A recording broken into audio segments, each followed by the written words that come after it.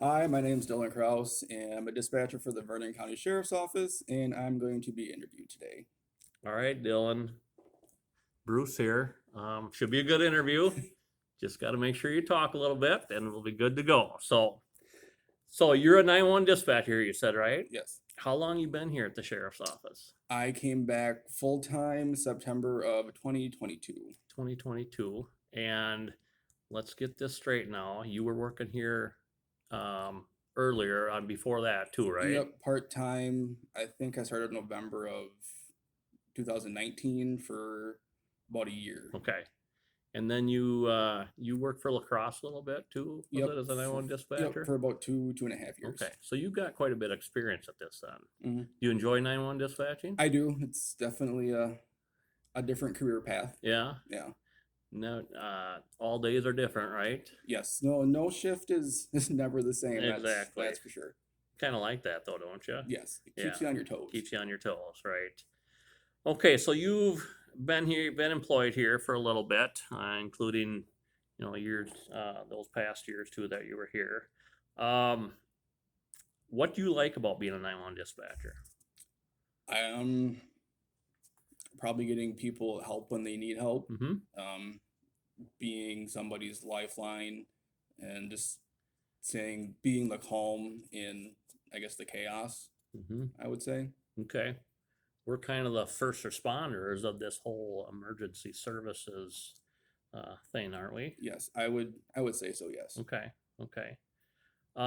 What goes on within the 911 dispatcher center on a given shift of yours? What's kind of happening there? What do you do? I work the overnight, so I mean it's typically kind of slower. I mean, a lot can happen. You can go accidents, medicals, bar fights on occasion. Mm-hmm.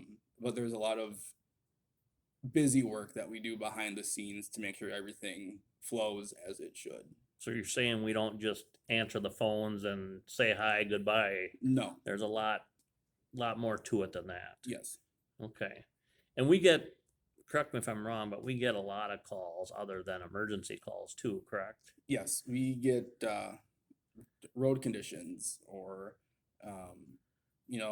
there's a cow walking across the road or on the road. We try and track down the cattle owner or the horse owner. A lot of our livestock issues are a lot of times Amish horses getting out. Yeah, that It's can be, hard to track them down because no phones. yeah, it is. It's not like there's a name written on the side of a cow though, is there? No. Yeah, No. that would help us though, wouldn't it? It would. Yeah, It would. yeah. So there's a lot of busyness inside that office, a lot of behind the scenes work. You're not just twiddling your thumbs in there every night then, right? I mean, No. there's a lot going on.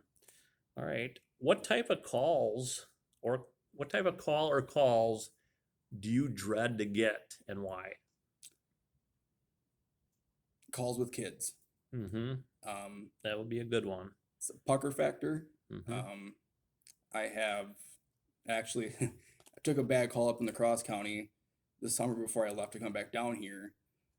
It's it's not that we don't try our best to get everybody there in a timely manner when it's an adult, but we kind of have a little bit more of an urgency, I would say, because it kid, young. Yeah. I think every human is like that. Yeah. When a child is involved, there's just an extra, I don't know what you call it, emphasis on Mhm. getting the job done, I guess. Yep. But you're right. We do the best job we can, whether they're young or old, right? Right. Yeah. But kids tend to get us a little more stressed out.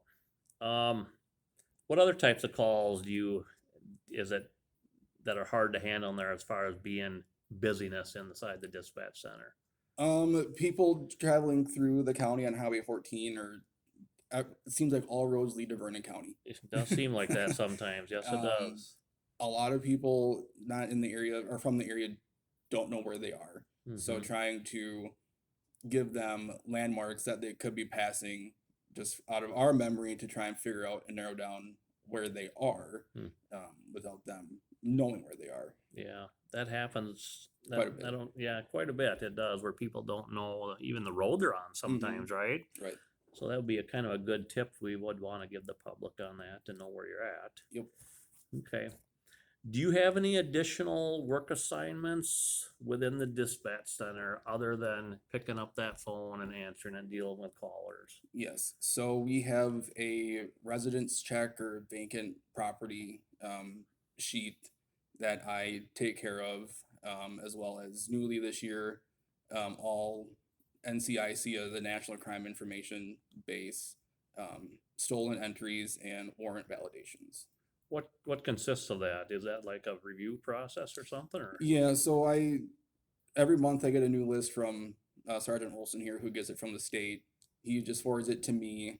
I pull all the entries that we have in our filing cabinet. For warrants, I rerun criminal histories on everybody, make sure the warrant is still valid, make sure they're still alive so we can arrest them.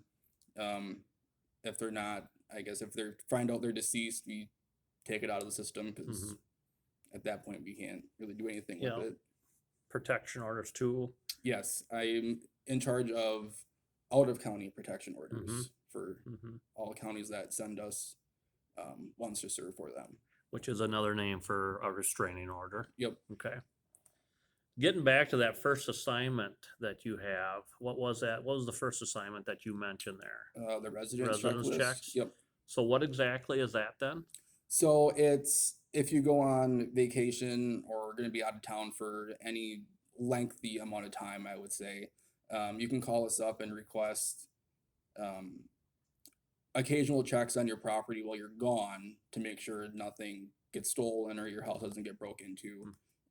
And then just call us back when you're done. And we'll take you off the list. Yeah, yeah. So it's kind of a courtesy thing that we would try and get to when we can. Yes. The checks. Yep. Call volume allows. Yeah. Yep. As call volume allows. Good. Okay. Interview going good so far? I think so. Okay, great. You're doing a good job. You're doing a good job. And you're smiling, so that's good. All right. Do you work for any other public safety departments? I do. I am a firefighter EMT on the Genoa Fire Department, as well as a EMT for the Wheatland Fire Department. Okay, so you get the best of both worlds in here then, right? You can call it that, I guess, yeah. I don't know if that's the right term to call that, but so you see a lot of stuff on the fire side then, Yes. on the firefighting side of things. Do you like responding to fires? And now I gotta rephrase that. Nobody likes to respond to a fire, but you get the adrenaline going then when you respond to a fire? Yes. Yeah. And like Sergeant Olson said, I'm being on the fire side and then being in here, it gives me a leg up because I know what we expect on the fire side Right. for the information that will be helpful for us. So I have that extra knowledge, I would call it, for like what to ask. Yeah. Like on a 911 call for a fire. Like wind direction or something like Right. that. Huh? Wind direction, Yeah. like what color is the smoke? Like Yeah. how big's the structure, or like anything inside that's combustible or whatnot, or that Sure. could be a hazard to the firefighters. Sure. Are you a good firefighter? I think I am. I like to think I am. I think you are too. Yeah, you put a lot of time into that. And so you're a medical first responder too? Yep. Okay. So what do you like better, the medical stuff or the fire stuff responding to? I like medical more than the fire side. It's not that the fire side isn't challenging, but the medical aspect of it, there's so many skills that we train to use that we don't really get to use all quite that often, especially being in a smaller county where we maybe only have 5 or 10 medicals a month. But that's, I consider that more of a challenge than the fire side of things. Okay. Okay. Do you have any favorite pastimes or hobbies outside of your job here at the sheriff's office Hobbies? that you want to share? Take my 2 chocolate labs shed hunting. I have a 5-year-old chocolate lab, and I just got a puppy last Labor Day, so he would be 8 months old now, I think. Okay. Took him out a couple months, like about a month ago. He actually found one. So Really? yeah. Do they like the water? They You ever love get them in the water? Yeah. Think- They're like a fish. Yeah. You have to limit how much Yeah. water you give them. Yeah. Okay, do you have any 911 tips for the public that you want to share that might help people understand how to call in a 911 call, or what we want as a dispatcher? It's certain circumstances are hard, which we all understand. But my biggest thing I would say is try not to start rambling or spewing out information as Right. soon as you hear us talking. Let us ask the questions and lead the phone call. Yeah. Not only will it make the phone call go smoother, it helps out in a whole, and yeah, just let us lead that phone call. Yeah, that is a great point. That's one point nobody's mentioned yet, but that is a great point. So thanks for sharing that. Okay, if you don't have anything else to add, we'll end this interview. And I just want to I just want to say I thank you for being a great dispatcher here at the sheriff's office. We're glad you came back.